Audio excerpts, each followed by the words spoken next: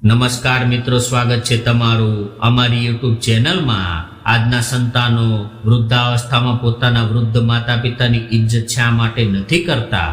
આ 3 વાતો સમજી લ્યો તો વૃદ્ધાવસ્થામાં ક્યારેય દુઃખી નહીં થવું પડે। દર્શક મિત્રો, આજના સમયનું આ કડવું સત્ય છે અને આ સત્યને નજરઅંદાજ ન કરી શકાય। હંમેશા માતા પિતાને વૃદ્ધાવસ્થા આવવાથી એના દીકરાઓ એની કરવાનું ભૂલી જાય છે અને માતા પિતા પ્રત્યે એનું શું કર્તવ્ય હોય છે તેના પ્રત્યે વિમુખ થતા જાય છે। પોતાના માતા પિતાની સેવા કરવાની વાત તો દૂર રહી, પરંતુ એની સાથે નોકરો કરતા પણ ખરાબ વર્તન કરે છે। આટલી બધી અશિષ્ટતા આખરે ક્યાંથી આવી? શા માટે લોકો વૃદ્ધો પ્રત્યે આટલા કઠોર બનતા જાય છે? શા માટે એને મા બાપની જેમ ઇજ્જત નથી આપવામાં આવતી? શા માટે વૃદ્ધાવસ્થામાં માતા પિતાના દુઃખને લોકો નથી સમજતા? પ્રાચીન સમયમાં માતા પિતાની સેવા કરવાને પુત્રનો પહેલો ધર્મ માનવામાં આવતો હતો। પ્રાચીન સમયના લોકો એવું કહેતા કે અમે ભગવાનને તો નથી જોયા, પરંતુ અમારા માતા પિતાએ હંમેશા અમારા સુખ દુઃખનું ધ્યાન રાખ્યું છે, એટલે અમારા માટે તો અમારા માતા પિતા જ અમારા ભગવાન છે। પરંતુ આજના સમયના સંતાનો આવા નિર્દય શા માટે બન્યા છે? આજના લોકો શા માટે એવું નથી સમજતા કે વૃદ્ધાવસ્થા એક દિવસ એને પણ આવવાની છે? જે હાલતમાં આજે તમારા માતા પિતા દાદા દાદીની છે, એવી જ હાલત એક દિવસ તમારી પણ થવાની છે। તમારા ઉપર પણ વૃદ્ધાવસ્થા હુમલો કરવાની છે। તમારે પણ એક દિવસ એ જ ખૂણામાં બેસવું પડશે જ્યાં આજે તમે તમારા વૃદ્ધ માતા પિતાને બેસાડ્યા છે, અને આ બદલો તો સમય પોતાની મેળે તમારી પાસેથી વસૂલ કરશે। મિત્રો, કદાચ આ કહાની તમે ધ્યાનથી સાંભળી લેશો તો અમારો વિશ્વાસ કરો કે તમારે તમારી વૃદ્ધાવસ્થામાં વધારે દુઃખ સહન નહીં કરવા પડે। કહેવાય છે કે વૃદ્ધાવસ્થા મનુષ્યની એવી અવસ્થા છે જેમાં વ્યક્તિ ખુદ દુઃખ ભોગવે છે, અને કદાચ પરિવારના લોકો એને સહારો ન આપે તો વૃદ્ધાવસ્થાનું દુઃખ નરક બની જાય છે। કહેવાય છે ને કે જીવનનું પહેલું સુખ નિરોગી કાયા છે, પરંતુ વૃદ્ધાવસ્થામાં કાયા નિરોગી નથી રહેતી। બીજું સુખ એ હોય કે ઘરમાં ધન હોય, વૃદ્ધાવસ્થામાં ધન ક્યાંથી આવશે? જ્યારે તમારા શરીરની અંદર કમાવાની શક્તિ જ નહીં વધી હોય તો ધન કેવી રીતે કમાઈ શકશો? ત્રીજું સુખ હોય છે પત્ની, અને એ સુખ પણ વૃદ્ધાવસ્થામાં નથી મળતું, કેમ કે પત્ની પણ એ સમયે વૃદ્ધ હોય છે અથવા તો તમારો સાથ છોડીને જતી રહે છે। ચોથું સુખ છે આજ્ઞાકારી સંતાન। વૃદ્ધાવસ્થામાં કદાચ તમારા સંતાનો તમારી વાત ન માને, તમારી દેખરેખ ન રાખે તો શેનું સુખ? એટલા માટે જ વૃદ્ધાવસ્થામાં મનુષ્યનું જીવન નરક બની જાય છે। તો ચાલો મિત્રો, આજની કહાની શરૂ કરીએ, અને આ કહાની દ્વારા તમને ઘણું બધું જાણવા મળશે। દર્શક મિત્રો, ઘણા સમય પહેલાની વાત છે। એક નગરમાં એક વિક્રમ શેઠ નામનો ધનવાન શેઠ રહેતો હતો। પરમાત્માની કૃપાથી એનું ઘર દરેક પ્રકારના સુખોથી સંપન્ન હતું। એને એક પુત્ર હતો। શેઠની પત્નીનું અવસાન થઈ ગયું હતું, અને પોતાના પુત્રના સહારે વિક્રમ શેઠ પોતાનું જીવન વિતાવી રહ્યા હતા। શેઠ પોતાના દીકરાને ખૂબ પ્રેમ કરતા હતા, અને એ જ નગરમાં શેઠજીની એક દુકાન હતી, અને આ દુકાનની કમાણીથી જ એનું પાલન પોષણ થતું હતું। આ દુકાન એના ધન સંગ્રહ કરવાનું સાધન હતી। શેઠની દુકાનમાં એક નોકર હતો। નોકર પણ એની દુકાનમાં રહીને શેઠને મદદ કરતો હતો। એક દિવસ શેઠજી પોતાની દુકાને બેઠા હતા, અને એની સાથે અમુક લોકો પણ દુકાને બેઠા હતા। ત્યારે ત્યાં શેઠનો દીકરો રડતો રડતો ત્યાં આવ્યો, અને એના પિતાને કહેવા લાગ્યો કે પિતાજી, મને માથામાં વાગ્યું છે। દીકરાની વાત સાંભળીને શેઠજી જોવા લાગ્યા તો એના દીકરાના માથામાં એક ઘાવ લાગેલો હતો, અને એનું માથું લોહીથી પૂરી રીતે લાલ થઈ ગયું હતું। દીકરાના માથામાં ગંભીર ઈજા થયેલી જોઈને શેઠ એકદમ વ્યાકુળ થઈ ગયા, અને વ્યાકુળ શા માટે ન થાય? આખરે શેઠજી પણ એક પિતા હતા। દીકરાને ગંભીર રૂપથી ઘાયલ થયેલો જોઈને શેઠજીએ તરત એને ઉઠાવી લીધો, અને દુકાન નોકરના ભરોસે મૂકીને દીકરાને લઈને ડોક્ટર પાસે દોડવા લાગ્યા. શેઠની દુકાનથી ડોક્ટરનું ઘર લગભગ 5 કિલોમીટર દૂર હતું.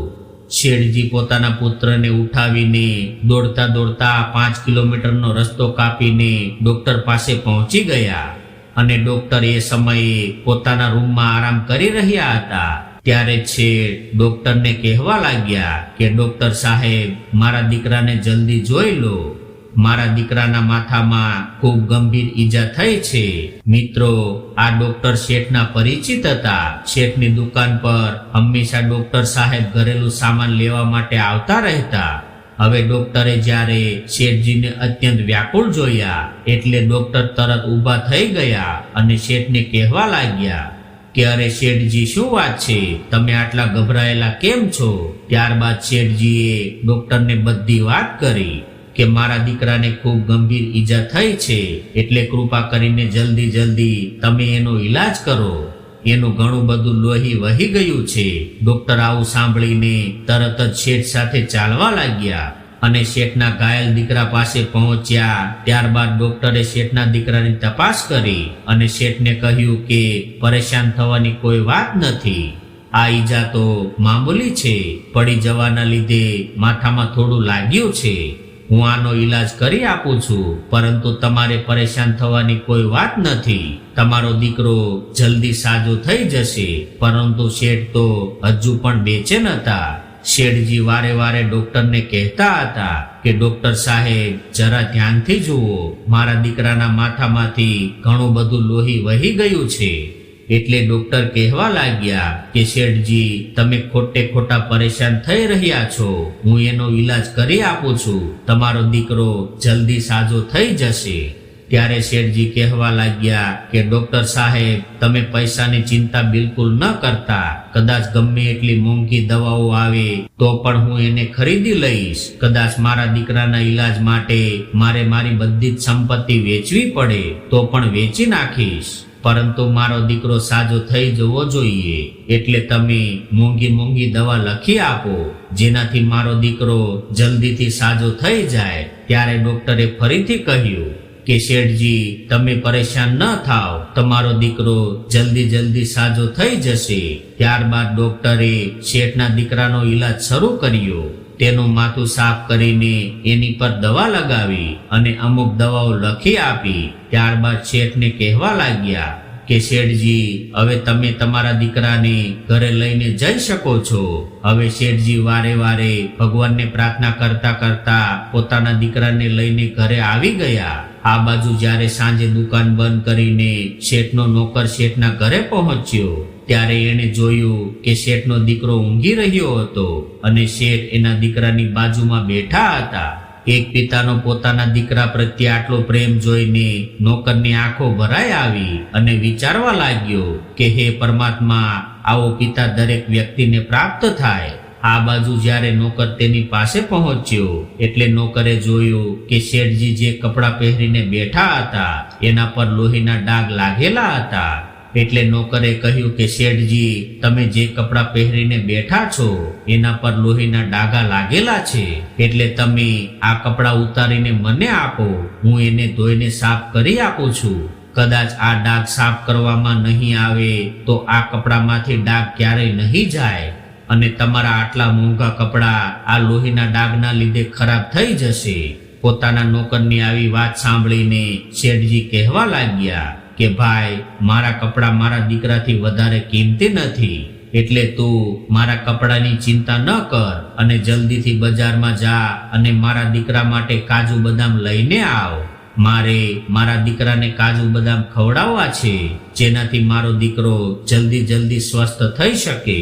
આના શરીરમાંથી ઘણું બધું લોહી વહી ગયું છે, એટલે મારે એને રોજ પૌષ્ટિક વસ્તુઓ ખવડાવી છે, જેનાથી એના રક્તની પૂર્તિ થઈ શકે. મિત્રો, શેઠની વાત સાંભળીને આ નોકર બજારમાં ગયો અને બજારમાંથી ફળોના રસ અને કાજુ બદામ લઈને આવી ગયો. શેઠજી પોતાના પુત્રની એક માની જેમ સેવા કરી રહ્યા હતા. એને ફળોના રસ પીવડાવવા લાગ્યા, દૂધમાં કાજુ બદામ નાખીને ખવડાવવા લાગ્યા. ધીરે ધીરે શેઠનો દીકરો સ્વસ્થ થવા લાગ્યો. હવે તો શેઠજી આખો દિવસ પોતાના દીકરા પાસે રહેતા હતા. જ્યારે એનો દીકરો પૂરી રીતે સ્વસ્થ થઈ ગયો ત્યારે શેઠને શાંતિ થઈ. ત્યારબાદ શેઠજીએ પોતાની દુકાને જવાનું શરૂ કર્યું. શેઠજીને હંમેશા પોતાના દીકરાની ચિંતા રહેતી હતી. મિત્રો, ધીરે ધીરે સમય વીતતો ગયો અને સમયની સાથે શેઠનો દીકરો પણ મોટો થઈ ગયો અને હવે એ વિવાહ લાયક થઈ ગયો હતો. એટલે શેઠજીએ એક ભણેલી ગણેલી છોકરી સાથે ધૂમધામથી એના વિવાહ કરાવ્યા. હવે શેઠની વહુ ઘરમાં આવી હતી એટલે વહુ અને દીકરા સાથે રહીને શેઠની જિંદગી ખૂબ આરામથી વીતવા લાગી. શરૂઆતમાં તો વહુએ પોતાના પતિ અને સસરાની ખૂબ સારી રીતે સેવા કરી, પરંતુ જેમ જેમ સમય વીતતો ગયો એવી રીતે શેઠની પુત્રવધૂના સ્વભાવમાં બદલાવ આવતો ગયો. હવે તો વહુ શેઠજી સાથે રોજ રોજ ખરાબ વર્તન કરવા લાગી અને શેઠજી પણ વહુના વર્તનને સમજી રહ્યા હતા. પરંતુ શેઠજી આ વાતની ક્યારેય કોઈ સાથે ચર્ચા નહોતા કરતા અને ના તો પોતાની વહુ પ્રત્યે એના મનમાં ક્યારેય નારાજગી આવી. શેઠજી તો એવું વિચારતા હતા કે કોઈ વાંધો નહીં, વહુ તો હજુ નવી છે, જ્યારે એના પર જવાબદારી આવશે ત્યારે એ બધું સમજવા લાગશે. શેઠને એવું લાગતું હતું કે મારી વહુ અને દીકરો જ તો છે જે વૃદ્ધાવસ્થામાં મારો સહારો બનશે. હજુ સુધી તો હું પણ કામ કરી શકું છું અને કોઈ પણ સહારા વગર રહી શકું છું, તો મારા દીકરાને વહુ પર બોજ શા માટે બનવું? આવું વિચારીને શેઠજી હંમેશા ખુશ રહેતા હતા. મિત્રો, સમયની સાથે સાથે હવે શેઠજી વૃદ્ધ થયા હતા અને એ તો તમે જાણો છો કે કદાચ કોઈ વ્યક્તિ ગમે એટલો સામર્થ્યવાન હોય પરંતુ વૃદ્ધાવસ્થામાં એને બીજાના સહારાની જરૂરિયાત પડે છે. દરેક વ્યક્તિ એક દિવસ આ અવસ્થાનો સ્વીકાર કરે છે. મિત્રો, આ બાજુ સમયની સાથે સાથે શેઠ પર વૃદ્ધાવસ્થા આવતી ગઈ અને શેઠની દુકાન રોજ રોજ વધતી ગઈ. હવે તો એની દુકાન એક મોટો શોરૂમમાં બદલાઈ ગઈ હતી. આખા શહેરમાં શેઠનો શોરૂમ પ્રસિદ્ધ થઈ ગયો. રોજ રોજ એના શોરૂમ પર ગ્રાહકોને ભીડ લાગેલી રહેતી હતી. હવે તો આ દુકાન શેઠનો દીકરો સંભાળતો હતો. મિત્રો, એક દિવસ શેઠ અને એનો દીકરો સાથે બેસીને ભોજન કરી રહ્યા હતા. ત્યારે શેઠજીએ પોતાના દીકરાને કહ્યું કે દીકરા, હવે તો તું બધી રીતે લાયક થઈ ગયો છો, દુકાન પણ સારી રીતે સંભાળી રહ્યો છો અને હવે હું વૃદ્ધ થઈ ગયો છું એટલે મારાથી હવે કોઈ કામ નહીં થઈ શકે. એટલા માટે મેં એવું વિચાર્યું છે કે હું મારી બધી જ સંપત્તિ તારા નામે કરી દઉં અને ઘરની તિજોરીની ચાવી વહુને સોંપીને હવે હું નિવૃત્તિનું જીવન વ્યતીત કરું. મિત્રો, શેઠજીની આવી વાત એના દીકરા અને વહુને ખૂબ સરસ લાગી. દીકરો અને વહુ મનમાં ને મનમાં ખૂબ રાજી થવા લાગ્યા અને બીજા દિવસે શેઠજીએ પોતાની બધી જ સંપત્તિ દીકરાના નામે કરી દીધી અને ઘરની તિજોરીની ચાવી વહુને સોંપી દીધી અને કહ્યું કે વહુ, હવે આ ઘરની જવાબદારી પૂરી રીતે તારા પર છે, એટલે હવે આ ઘરને સારી રીતે ચલાવવાની જવાબદારી તારી છે અને મારે તો શું જોઈએ, મને તો સમયસર ભોજન પાણી આપતી રહેજે અને મારી સાર સંભાળ રાખતી રહેજે. અને આમ પણ પિતાની બધી જ સંપત્તિ દીકરાની જ હોય છે. ત્યારે શેઠની વહુ અને દીકરાએ શેઠને કહ્યું કે પિતાજી, તમે ચિંતા ન કરતા અને અમારા રહેતા તમને કોઈ કષ્ટ નહીં થાય. અમે બંને તમારી સારી રીતે સંભાળ રાખીશું. હવે તો શેઠની વહુ મનમાં ને મનમાં ખૂબ પ્રસન્ન થવા લાગી અને વિચારવા લાગી કે હવે હું મારી મન મરજીથી ખર્ચો કરી શકીશ અને હું જેવા ચાહું એવા કપડાં પહેરી શકીશ. મારી જેવી ઈચ્છા હશે એવું ખાઈ શકીશ, મારા મનમાં આવશે એ ખરીદી શકીશ. મિત્રો, શેઠજી પોતાની બધી જ સંપત્તિ દીકરાના નામે કર્યા બાદ બીજા દિવસે પોતાના નોકર સાથે દુકાને જઈ રહ્યા હતા. ત્યારે રસ્તામાં શેઠના નોકરે શેઠને કહ્યું કે શેઠજી, શું તમે કોઈ તીર્થયાત્રા પર જવાના છો? એટલે શેઠજીએ કહ્યું કે નહીં. એટલે નોકરે કહ્યું કે તો પછી તમે અત્યારથી તમારી બધી સંપત્તિ તમારા દીકરાના નામે શા માટે કરી દીધી? એટલે શેઠજી કહેવા લાગ્યા કે અરે ભાઈ, એમાં શું વાંધો છે? આજે નહીં તો કાલે મારી સંપત્તિ તો મારા દીકરા અને વહુને જ મળવાની છે, અને એ સંપત્તિ મેં અત્યારે આપી દીધી તો એમાં શું વાંધો? અને હું તો એવું જ ચાહું છું કે મારો દીકરો અને વહુ ખુશ રહેવા જોઈએ, અને જ્યારે એ બંને રાજી રહેશે તો મારી સારી રીતે સંભાળ રાખશે. એટલે તું મને સલાહ આપવાનું રહેવા દે. મારે શું કરવું જોઈએ એ મને સારી રીતે ખબર છે. મિત્રો, શેઠનો આવો જવાબ સાંભળીને નોકર ચૂપ થઈ ગયો, અને ધીરે ધીરે સમય વીતવા લાગ્યો, અને સમયની સાથે સાથે વૃદ્ધાવસ્થા શેઠ પર વધારે હાવી થવા લાગી. શેઠને હવે આંખેથી દેખાવાનું ઓછું થવા લાગ્યું, કાનેથી સાંભળવાનું ઓછું થવા લાગ્યું, એના શરીરમાં કમજોરી આવવા લાગી. ચાલવા માટે પણ એને નોકરના સહારાની જરૂર પડવા લાગી. પરંતુ શેઠ હજુ પણ પોતાના નોકરના સહારે ચાલીને દુકાને જઈ રહ્યા હતા અને પોતાના દીકરાના કામમાં મદદ કરતા રહેતા. ધીરે ધીરે વૃદ્ધાવસ્થાના લીધે શેઠના શરીરને રોગોએ ઘેરી લીધું, એટલે શેઠજી બીમાર થઈ ગયા, અને હવે શેઠ પલંગ પર પડ્યા હતા. હવે તો સહારા વગર શેઠજી ઊભા થવામાં પણ તકલીફ અનુભવતા હતા. એક દિવસ શેઠના દીકરાને કહ્યું કે પિતાજી, તમે બીમાર છો, એટલા માટે તમે પલંગ પર ન સૂવો. તમને પલંગ પર ચડવા ઉતારવામાં તમને ઘણી તકલીફ થશે. એટલે શેઠ કહેવા લાગ્યા કે હા દીકરા, તું સાચું કહી રહ્યો છો, મને હવે પલંગ પર ચડવામાં તકલીફ પડે છે. ત્યારબાદ શેઠના દીકરાએ એના પિતાજીની પથારી જમીન પર કરી નાખી. હવે આ વૃદ્ધ પિતા આખો દિવસ જમીન પર પડ્યા રહેતા, અને એનો દીકરો દુકાન પર જતો રહેતો. આ બાજુ શેઠની વહુ આખો દિવસ પોતાના કામમાં વ્યસ્ત રહેતી. ક્યારેક માર્કેટમાં જતી તો ક્યારેક સહેલીઓ સાથે ફરવા જતી. વહુ તો પોતાના કામોમાં એટલી મસ્ત રહેતી હતી કે પોતાના સસરાજીને ભોજન પાણીનું પણ પૂછતી નહોતી. બિચારા વૃદ્ધ પિતા હવે પથારીમાં પડ્યા પડ્યા અવાજ લગાવતા રહેતા, પરંતુ કોઈ એનો અવાજ સાંભળવા વાળું હતું જ નહીં. શેઠનો દીકરો અને વહુ તો પોતપોતાની દુનિયામાં મસ્ત હતા, પરંતુ એના વૃદ્ધ પિતાની એને બિલકુલ ચિંતા નહોતી. દીકરો આખો દિવસ દુકાન પર રહેતો, અને સાંજે જ્યારે ઘરે આવતો ત્યારબાદ પોતાની પત્ની સાથે શહેરમાં ફરવા અને ખાવા પીવા માટે જતો રહેતો. હવે તો એની વહુએ ઘરમાં ભોજન બનાવવાનું પણ ઓછું કર્યું હતું. એ રોજ રોજ પોતાના પતિ સાથે બહાર હોટલમાં જઈને સ્વાદિષ્ટ ભોજન કરતી હતી, અને ઘરે એના વૃદ્ધ પિતાને 2-3 દિવસ પહેલાની વાસી રોટલીઓ ખાવા માટે આપતી હતી. હવે વૃદ્ધ પિતા પોતાના દીકરાના આવવાની રાહ જોતો રહેતો, પરંતુ એનો દીકરા પાસે પિતાજીને મળવાનો સમય નહોતો. હવે આ વૃદ્ધ પિતાના હાલચાલ પૂછવા પણ કોઈ નહોતું આવતું.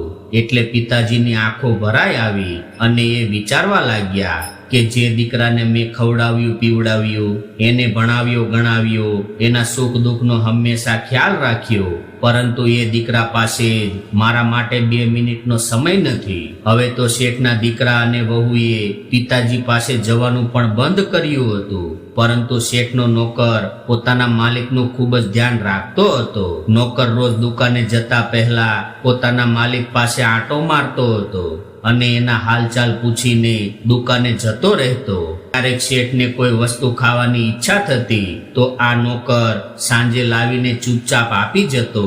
ચૂપચાપ એટલા માટે આપતો હતો કે જેનાથી શેઠની વહુ એને ખીજાય નહીં. કદાચ શેઠની વહુ એને જોઈ લેતી તો એની ફરિયાદ એના પતિને કરતી કે આપણો નોકર પિતાજીની તબિયત બગાડી રહ્યો છે. એક દિવસ નોકરે શેઠને પૂછ્યું કે શેઠજી, તમને કોઈ પરેશાની તો નથી ને? ત્યારે શેઠજી કહેવા લાગ્યા કે ભાઈ, આમ તો કોઈ પરેશાની નથી, પરંતુ અહીંયા જમીન પર પડ્યા પડ્યા મારી કમર અકળાઈ ગઈ છે, એટલે તું મને ઊભો કરીને બેસાડી દે.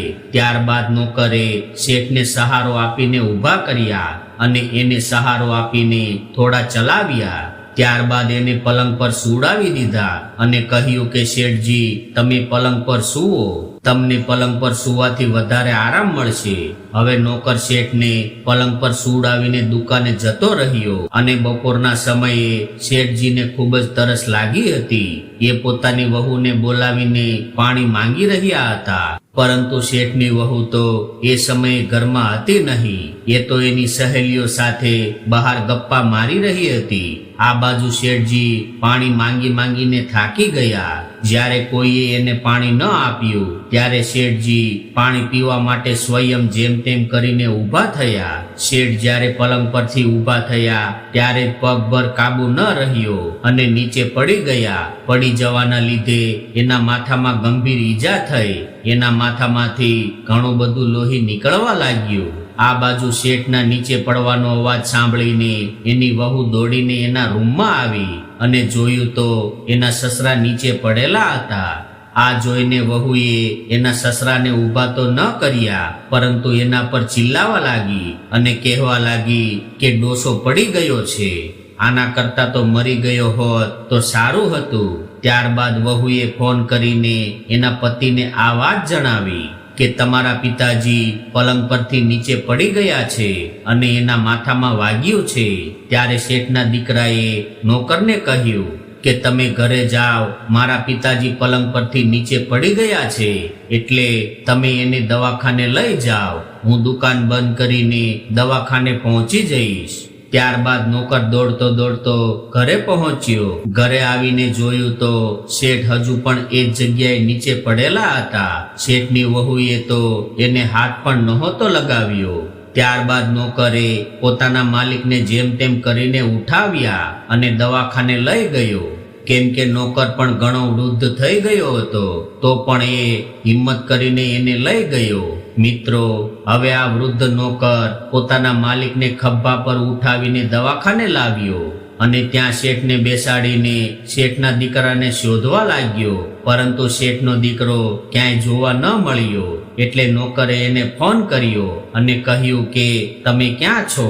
તમારા પિતાજીને ઘણી ગંભીર ઈજા થઈ છે, એટલે તમે જલ્દી દવાખાને આવો. ત્યારે શેઠના દીકરાએ કહ્યું કે તમે પિતાજીને લઈને ત્યાં બેસો, અત્યારે દુકાને ઘણા બધા ગ્રાહક છે, એટલે હું મારું કામ પૂર્ણ કર્યા બાદ ત્યાં આવું છું. મિત્રો, હવે નોકર દવાખાનાની બહાર બેસીને શેઠના દીકરાને આવવાની રાહ જોવા લાગ્યો અને વિચારવા લાગ્યો કે એક દિવસ એવો હતો જ્યારે શેઠના દીકરાને માથામાં વાગ્યું હતું, ત્યારે અમારા માલિક એને ખુદ દોડતા દોડતા દવાખાને લાવ્યા હતા, પરંતુ આજે તો શેઠના દીકરા પાસે ગાડી છે, તો પણ 1 કલાક થવા આવી છે અને હજુ સુધી અહીં નથી પહોંચ્યો. મિત્રો, લગભગ 1.5 કલાક બાદ શેઠનો દીકરો દવાખાને આવ્યો અને ત્યારબાદ એણે પોતાના પિતાને ડોક્ટરને બતાવ્યા, પરંતુ ડોક્ટરે જ્યારે જોયું તો કહેવા લાગ્યા કે અરે ભાઈ, આને તો ખૂબ ગંભીર ઈજા થયેલી છે, એટલે આને અહીંયા એડમિટ કરવા પડશે. ડોક્ટરની વાત સાંભળીને શેઠનો દીકરો કહેવા લાગ્યો કે અરે ડોક્ટર સાહેબ, તમે આને અહીં એડમિટ ન કરો અને એમને એના ઘા ઉપર મલમ લગાવીને દવાઓ આપી દો, કેમ કે આને અહીં એડમિટ કરીશું તો મારે એની સાથે રહેવું પડશે અને એના લીધે હું મારી દુકાન પણ ટાઈમસર નહીં ખોલી શકું અને ઘરે પણ નહીં પહોંચી શકું. મારી પત્ની મારા વગર નથી રહી શકતી, એટલે તમે આને એડમિટ ન કરીને એમને એમ દવાઓ આપી દો. ત્યારે ડોક્ટરે કહ્યું કે ઠીક છે, હું આની મલમ પટ્ટી કરીને અમુક દવાઓ લખી આપું છું. દવાઓ થોડી મોંઘી જરૂર આવશે, પરંતુ તમારા પિતાજી જલ્દી ઠીક થઈ જશે. ત્યારે ડોક્ટરની વાત સાંભળીને શેઠનો દીકરો કહેવા લાગ્યો કે અરે ડોક્ટર સાહેબ, આટલી મોંઘી દવાઓ લખવાની શું જરૂર છે? દવાઓ થોડી સસ્તી હોય એવી લખી આપો. 4-5 દિવસના બદલે આને સાજા થવામાં કદાચ 10-12 દિવસ લાગશે, અને આમ પણ આના વગર અત્યારે મારું કોઈ કામ રોકાયેલું નથી. આખો દિવસ તો આમ પણ પડ્યા રહે છે, એટલે તમે સસ્તી દવાઓ લખો એટલે પડ્યા પડ્યા આરામથી ખાતા રહેશે. મિત્રો, આ ડોક્ટર શેઠજી અને એના દીકરાને સારી રીતે ઓળખતા હતા. શેઠના દીકરાની આવી વાત સાંભળીને ડોક્ટર અને નોકરની આંખોમાં આંસુ આવી ગયા. ત્યારબાદ ડોક્ટર શેઠના દીકરાને પોતાની ઓફિસમાં લઈ ગયો અને કહેવા લાગ્યો કે વાહ દીકરા, તું તો તારા પુત્ર હોવાનું મૂલ્ય સારી રીતે ચૂકવી રહ્યો છો. તારા જેવા દીકરાઓ તો આ ધરતી પર બહુ જ છે. એક દિવસ એવો હતો જ્યારે તું નાનો હતો અને તારા માથામાં નાની એવી ઈજા થઈ હતી. ત્યારે તારા પિતાજી તને વાગેલું જોઈને વ્યાકુળ થઈ ગયા હતા. એ દોડતા દોડતા મારી પાસે આવ્યા અને એમણે એ સમયે મને કહ્યું હતું કે ડોક્ટર સાહેબ, તમે મોંઘામાં મોંઘી દવાઓ લખી આપો. કદાચ મારા દીકરાના ઈલાજમાં મારી બધી જ સંપત્તિ વેચાઈ જાય તો ભલે વેચાઈ જાય, પરંતુ મારો દીકરો જલ્દી સારો થવો જોઈએ. અને એક તું છો કે તારા એ જ પિતા માટે સસ્તી દવાઓ લખાવી રહ્યો છો. તું કેવો દીકરો છો? ડોક્ટરની વાત સાંભળીને શેઠનો દીકરો હેરાન રહી ગયો. મિત્રો, ડોક્ટરે કહ્યા બાદ નોકરે કહેવાનું શરૂ કર્યું કે દીકરા, તને ખબર નથી કે શેઠજીએ તને કેવી રીતે પાળી પોષીને મોટો કર્યો છે. તારો જન્મ થયો ત્યારબાદ તારી માં તો સ્વર્ગ સિધાવી ગઈ હતી. ત્યારે તારા પિતાજીએ તારું એક માની જેમ પાલન પોષણ કર્યું હતું. તારી ખુશી માટે શેઠજીએ પોતાના બીજા વિવાહ પણ ન કર્યા અને તું જ્યારે પરેશાન થઈ જતો ત્યારે તારા પિતાજી તારી સાથે તારા પડછાયાની જેમ રહેતા હતા. જ્યારે તું 10 વર્ષનો હતો ત્યારે એક દિવસ તારા માથામાં પણ વાગ્યું હતું. એ સમયે તારા પિતાજી દુકાન ખુલ્લી છોડીને તને લઈને 5 કિલોમીટર દોડતા દોડતા ડોક્ટર પાસે આવ્યા હતા. અને આજે તારે અહીં આવવામાં 1.5 કલાક લાગી ગઈ. તારા લોહીથી એના કપડાં લાલ થઈ ગયા હતા. અને જ્યારે મેં એને કપડાં સાફ કરવાનું કહ્યું તો એણે મને એવું કહ્યું કે મારા કપડાં મારા દીકરાના જીવન કરતા વધારે કિંમતી નથી. અને આ એ જ તારા પિતાજી છે કે જ્યાં સુધી તું સારી રીતે સાજો ન થયો ત્યાં સુધી તને છોડીને દુકાને પણ નહોતા આવ્યા. અને એક તું છો જેને પોતાના પિતાની જરાય પરવા નથી. દીકરા, તું તારા પિતાજીને સાચવવાની જવાબદારીથી ભાગી રહ્યો છો. તારી અંદર માનવતા મરી ગઈ છે. ધિક્કાર છે તારા જેવા સંતાનોને. ભગવાન આવા સંતાનો કોઈને ન આપે. પોતાના નોકર અને ડોક્ટરની વાત સાંભળીને શેઠનો દીકરો રડવા લાગ્યો. એની આત્મા એને ધિક્કારવા લાગી અને એ તરત જ ડોક્ટરના પગમાં પડીને માફી માંગવા લાગ્યો અને કહેવા લાગ્યો કે ડોક્ટર સાહેબ, તમે મારી આંખો ખોલી દીધી છે. હું મારા પિતાજીના ઋણને ભૂલી ગયો હતો. હું મારી પત્નીના પ્રેમમાં પડીને મારા દેવતા સમાન પિતાજીને ભૂલી ગયો, જેમણે મને ખુશ રાખવા માટે ખુદના તમામ સુખોનો ત્યાગ કર્યો હતો. એ જ પિતાજીને હું પરાયા કરીને એની સાથે ખરાબ વર્તન કરતો રહ્યો. હું મારા કરેલા કર્મો પર ખૂબ શર્મિંદા છું. મને માફ કરી દો. ત્યારે ડોક્ટર સાહેબે કહ્યું કે દીકરા, મારી પાસે માફી માંગવાની કોઈ જરૂર નથી, પરંતુ તું તારા પિતાજી પાસે માફી માંગ. ત્યારબાદ એ એના પિતાજી પાસે ગયો અને એના ચરણ પકડીને માફી માંગવા લાગ્યો.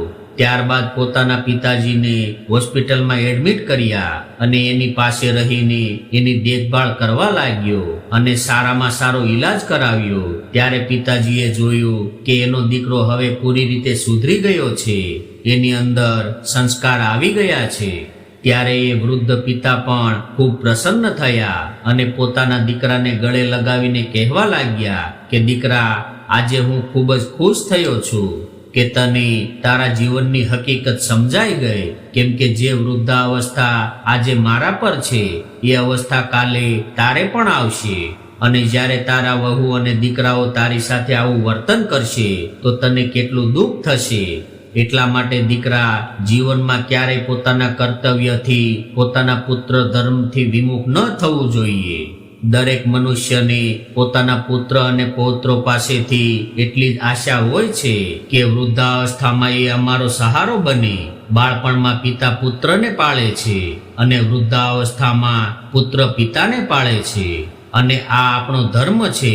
વૃદ્ધ પિતાજી એના દીકરાને સમજાવે છે કે પુત્ર, તું મારી આ 3 વાતો હંમેશા યાદ રાખજે, તો વૃદ્ધાવસ્થામાં તારે ક્યારેય દુઃખનો સામનો નહીં કરવો પડે. પહેલી વાત, પોતાના સંતાનો પર હંમેશા દ્રષ્ટિ બનાવી રાખજે. સંતાનો કોઈ સામાજિક લોકોનો સંગ ન કરે એનું ધ્યાન રાખવું જોઈએ, કેમ કે દુષ્ટ લોકો સાથે રહેવાથી એની અંદર પણ દુષ્ટતાનો ભાવ આવે છે. બીજી વાત કે પોતાના સંતાનોને હંમેશા સારા સંસ્કારો આપતા રહેવું.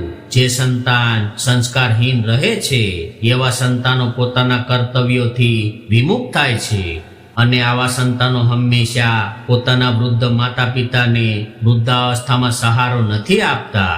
ત્રીજી વાત, પોતાની સંપત્તિ પોતાના જીવતા જીવ સંતાનોના નામે ક્યારેય ન કરવી. મનુષ્ય જ્યારે ખાલી થઈ જાય છે તો લોકો એની કેર કરવાનું છોડી દે છે અને સંપત્તિ મેળવીને એ ભટકી જાય છે. મેં પણ આવું જ કર્યું હતું. મેં મારા જીવતા જીવ મારી બધી જ સંપત્તિ તને આપી દીધી, અને બધું જ તારું થઈ ગયા બાદ તને મારી પાસેથી કંઈ મેળવવાનો લોભ ન રહ્યો, એટલા માટે તે મારું ધ્યાન રાખવાનું બંધ કરી દીધું. કેમ કે ધન મેળવીને હંમેશા દીકરાઓ બગડી જાય છે, અને એ પોતાના વૃદ્ધાવસ્થામાં પહોંચેલા માતા પિતાની દેખરેખ નથી રાખતા. મિત્રો, આજે શેઠના દીકરાને પોતાના કરેલા કર્મો પર ખૂબ જ શર્મિંદગી થઈ રહી હતી. આવી રીતે શેઠનો દીકરો પોતાના પિતાનો ઈલાજ કરાવીને પોતાના ઘરે લાવ્યો અને એની સારી રીતે સેવા કરવા લાગ્યો. તો મિત્રો, આ સ્ટોરી તમને કેવી લાગી કોમેન્ટમાં જરૂર જણાવજો, અને પસંદ આવી હોય તો વિડીયોને લાઈક, શેર અને ચેનલને સબસ્ક્રાઇબ જરૂરથી કરજો. હર હર મહાદેવ.